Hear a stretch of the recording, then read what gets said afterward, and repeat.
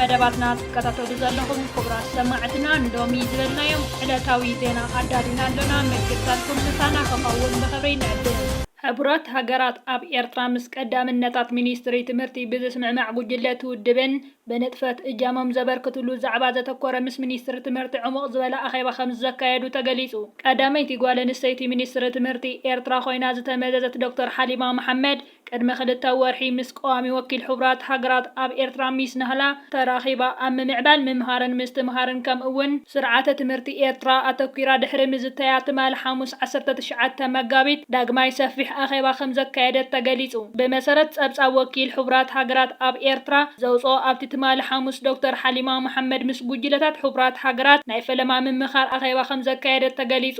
ኣብቲ ካልኦት ናይቲ ውድብ ሓለፍቲ ብናይ ቀጥታ ቪድዮ ዝተሳተፉሉ ዘተ ኣብ ቀዳምነታት ሚኒስትሪ ትምህርትን ከም እውን ምትሕብባርን ሕቡራት ሃገራት ኣብ ኤርትራ ኣብ ዝርግሐን ፍትሓውነትን ትምህርቲ ንምሕያል ብኸመይ ክሕግዝ ከም ዝኽእል ከም ዝተመያየጡ እቲ ጸብጻብ ገሊጹ። ኤርትራ ንነጻነት አንደዋታን ኣብ ሓደጋ ዘእቱ ዝኾነ ይኹን ነገር ብትሪ ከም እትነጽጎ ተገሊጹ።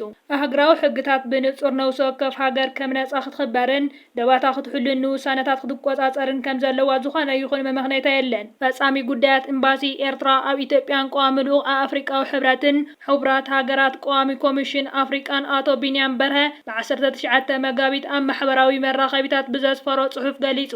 ኣቶ ቢንያም በርሀ ነዚ ዝበለሉ ኣብ እዋናዊ ጉዳያት ኤርትራ ኣመልኪቱ ንዝቐረበ ሓፂርን ገላፅን መልእኽቲ ኣብ ዘስፈረሉ ጽሑፍ ገሊጹ። ገረባውቲ ሃገራት ከም ዝኣረገ መኪና ጌርካ ምርኣይን ደስ ዝበለካ ምውሳድን ጌጋ ምዃኑ ዝገለጸ ዲፕሎማት ኣቶ ቢንያም በርሀ እዚ ተግባራት ዘይሕጋዊ ሓደገኛ ሳዕቤን ከም ዘለዎ ብሓፂርን ገላፅን ጽሑፍ ንዝምልከቶም ኣካላት መልእኽቲ ብምምሕላፍ ኣተሓሳሲቡ። ንሱ ብተወሳኺ ኣብ ዝሓለፉ 2 ዓመታት መንግስቲ ሰልፊ ብልጽግና ኣብ ልዕሊ ኤርትራን ከባቢናን ብሓደገኛ ብዓመፅን ክዋሳእ ዝጸንሐ ብፍላይ ናብ ምውናን ኣፍ ደገ ባሕሪ ንህለዋ ሃገሮም ኣዝዩ ኣገዳሲ ክብል ዝገለጽዎን ከረጋግጽዎ ዝፍትኑ ጉዳይ ኣመልኪቱ እውን ርእይቶ ይብሉ። ዲፕሎማት ኣቶ ቢንያም በርሀ ኣብቲ ኣብ ረቡዕ 18 መጋቢት ብሚኒስትሪ ጉዳያት ወጻኢ ክፍለ ምርመራን ሰነዳትን ናይ ኢትዮጵያ ኣብ ዘወና ሽግርን ግጭትን ንምፍጣር ዝዓለመ ውጥን ኣብ ትሕቲ ዝብል ዓንቀጽ ዘዳለዎ ኤርትራ ንነጻነት አንደዋታን ናብ ሓደጋ ዘእቱ ዝኾነ ነገር ብትሪ ትነጽጎ ክብል ኣስሚሩሉ። ኣስዒቡ ድማ ኤርትራ ግጭት ይኹን ሽግር ከም ዘይትደልን ምስ ካልኦት ሃገራት ሰላምን ምርግጋእን ሰናይ ዝምድናን ንምፍጣር ተወፋይነት ከም ዘለዋ ገሊጹ።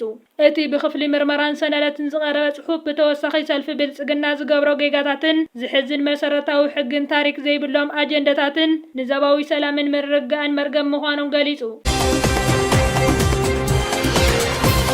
መንግስቲ ኤርትራ ነዚ ኣብ ውሽጢ ሃገር ዝርከብ ጸገታት ብውሕሉል ኣገባብ ኣብ ጥቕሚ ህዝብን ሃገርን ንምውዓል ኣገዳሲ ስርሓት እናሰላሰለ ይርከብ። ምስ ባሕርን ገማግም ባሕርን ዝተተሓዙ መንግስቲ ኤርትራ ዓበይቲ መደባት ብምሓዝ ንዝሓለፉ 3 ዓመታት ከሰላስሎ ዝጸንሐ ዓበይቲ ስርሓት ኣብዚ ሕጂ እዋን ፍረ ምሃብ ጀሚሩ ኣሎ።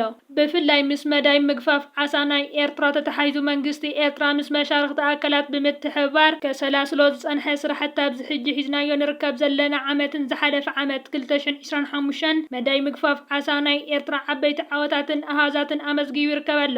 ምስ ጉዳይ ተታሒዙ ኣብ ወደባዊት ከተማ ባጽሕ ሕጽር ዝበለ ኣገዳሲ ሓበሬታ ወፂኡ ይርከብ። እቲ ሓበሬታ ከም ዝገለጾ ኣብ ወደባዊት ከተማ ባጽሕ ዝርከብ ትካል መመስርሒ ዓሳ ኣብ ጽላት ዓሳ ሃገር ዕቤታት ይረኣየሉ ዘሎ እዋን ዓቕሚ የሰፍሕ ከም ዘሎ ሓቢሩ።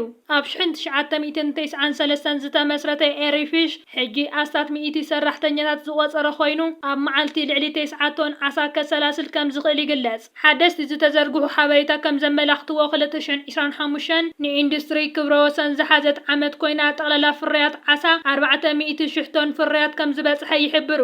እዚ ምስ 2024 ክነጻጸር ከሎ ብ73 ሚእታዊት ወሰኽ ዘመላኽት ኮይኑ ኣብ ጽላት ምግፋፍ ዓሳ ኤርትራ ዝተመዝገበ ዝዓበየ ዓመታዊ ወሰኽ ምህርቲ እዩ። መንግስቲ ኤርትራ ድማ ነዞም ከምዚ ዓይነት ፕሮጀክታት ዓበይቲ ትካላት ናይ ምስፋሕ ዕላምኡ ሒዙ ይሰርሕ ከም ዘሎ እናተገለጸ ይርከብ ኣሎ።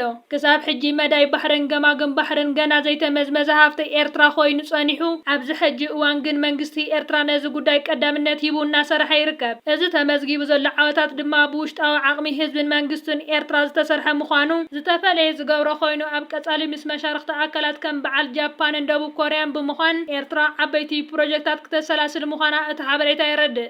ዝኸበርኩም ተዓዘብትና ንሕጂ ዝበልናዮም ዜናታት ኣብ ዝዛዚምና ኣለና ኣብ ዘለኹም ሰናይ ግዜ እንዳተመነና ኣብ ዝቕፅል ቪድዮታት ክበፅሓኩም ሳብስክራይብ ዘይገበርኩም ሳብስክራይብ ክትገብሩ ብኽብሪ ንዕድም